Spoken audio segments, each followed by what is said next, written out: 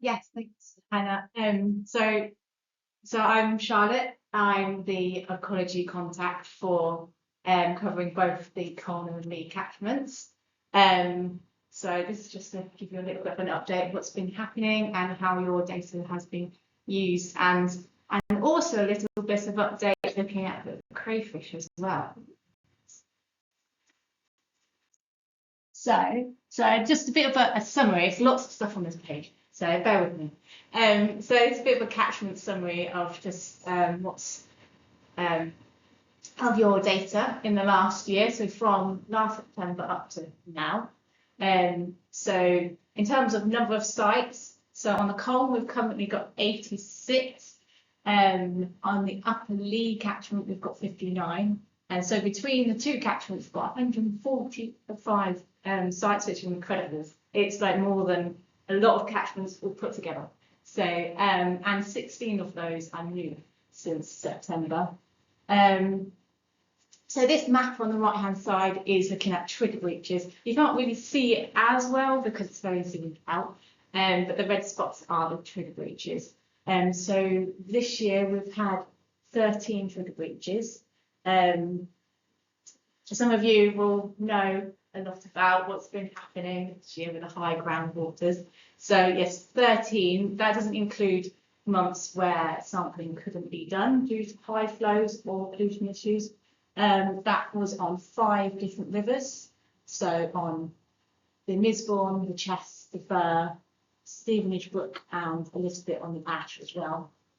So that includes 9 sites. This compares to last year, which there was actually 2 trigger breaches recorded. But with some good news is that actually 8 out of 9 of these sites have actually since recovered since those trigger breaches. Triggers were breached, so that's some good news. In terms of a little bit of update of what we've been doing on the sites that have, or those rivers that have breached trigger.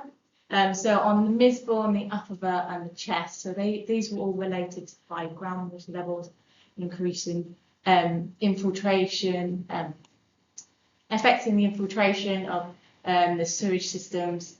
So this is all part of a wider catchment-wide pollution investigation. So I can't give loads of information about this, but we have done some extensive invertebrate sampling, water quality samples, put sondes out, lots more flow monitoring, morphology, looking at bank erosion, and also done some drone footage on the Misbourne as well, looking at extent of flooding, ground flooding, things like that. Also on the Stevenage Brook, they've had some issues with suddenly the scores dropping, and we found this is part of a ongoing maintenance problem within Stevenage, looking at the actually the surface water infiltration, intercepting the surface water.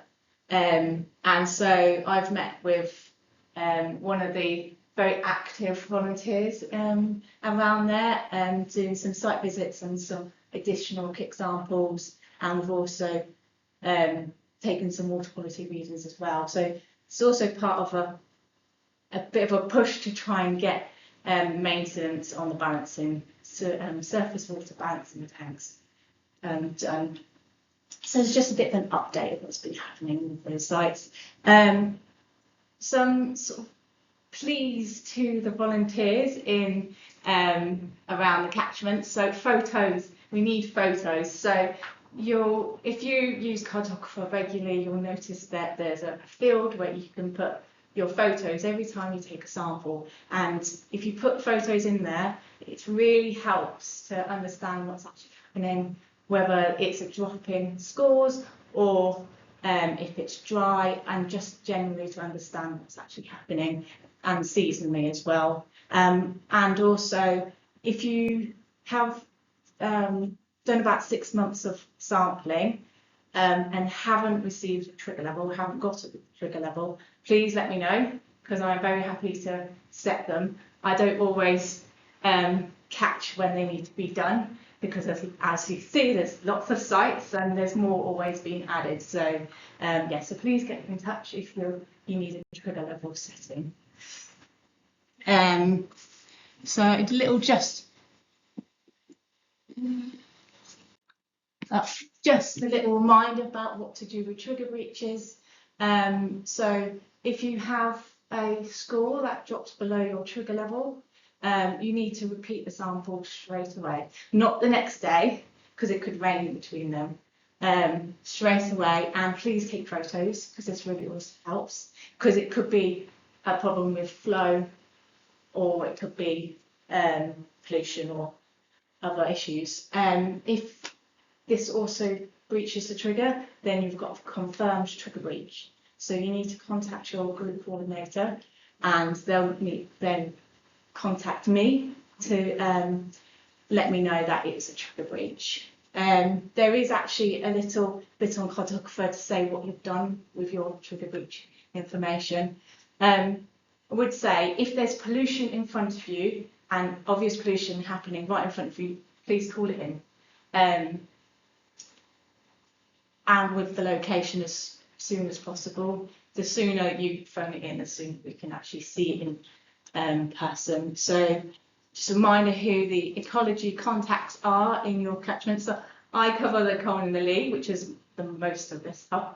But also in the sort of South Chilterns, it's John Benning. At the moment, it's Glen Meadows until the end of October. So that's that. And just wanted to mention this. So I previously mentioned that there'd been reports of red swamp crayfish at Denham Country Park. Last year it was reported by a member of the public to us, and so we went out and did some more surveys and we confirmed that it was in both the Colne and the Lisbon. This is literally just this week. This was on Wednesday, so this is like breaking news. We haven't actually shown this to anybody yet. So this is the first of our sort of monitoring surveys to work out exactly where they are and try and work out where the convergent front is. So they've previously been recorded on the Paddington arm of the GUC and the Regent's Canal. Well, you might not be able to see this, but so this is the Paddington arm, GUC, and this is the Regent's Canal. So these little dots and those little dots were where the first lot of surveys done, and this is what we found in those surveys. So 48 red swamps, which include 3 females with eggs. I've realised there's a bit of a math calculation there. There should be 45 males. But a very interesting thing. So this was just on 25 traps that this was found along 250 metre stretches. So it's quite very small, and that was just on one site. There was no signal crayfish, which was very interesting in itself.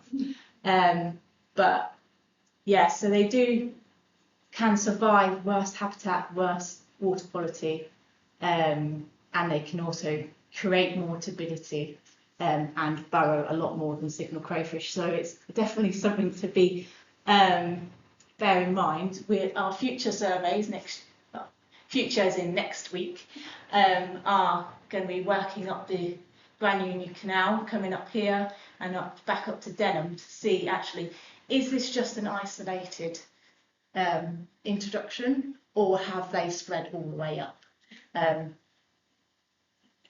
So, and then the future survey will be looking at the Colne, Lisbon and the Crane as well to understand what is happening. So that's me. Thank you very much. I'll let back. Yeah.